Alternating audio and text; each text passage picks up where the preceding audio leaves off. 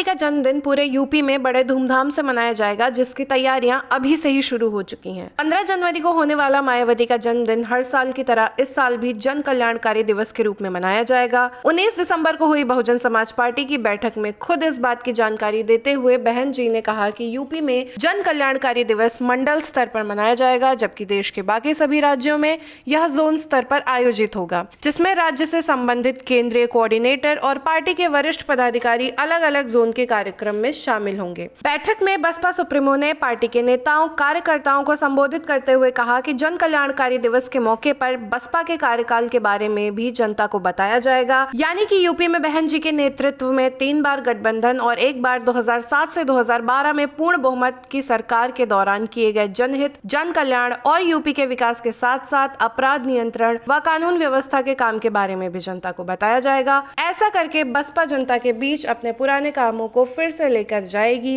वहीं जन कल्याणकारी दिवस के आयोजन पर महान संतों, गुरुओं व महापुरुषों से जुड़े कार्यक्रमों का आयोजन करने की भी बात मायावती की तरफ से कही गई है। मायावती ने बैठक को संबोधित करते हुए कहा कि ज्योतिबा फूले, नारायण गुरु, छत्रपति शाहू जी महाराज, डॉक्टर भीमराव अंबेडकर व काशीराम आदि को पूरा आदर सम्मान देने के साथ साथ उनके तरफ से किए गए तमाम ऐतिहासिक और जरूरी कामों से ही पार्टी के महत्वाकांक्षी सामाजिक परिवर्तन पर आर्थिक मुक्ति को ठोस बुनियाद पड़ी है। इसके बारे में भी लोगों को बताया जाए, जिससे सत्ता संघर्ष के लिए बहुजनों को प्रेरणा मिल सके।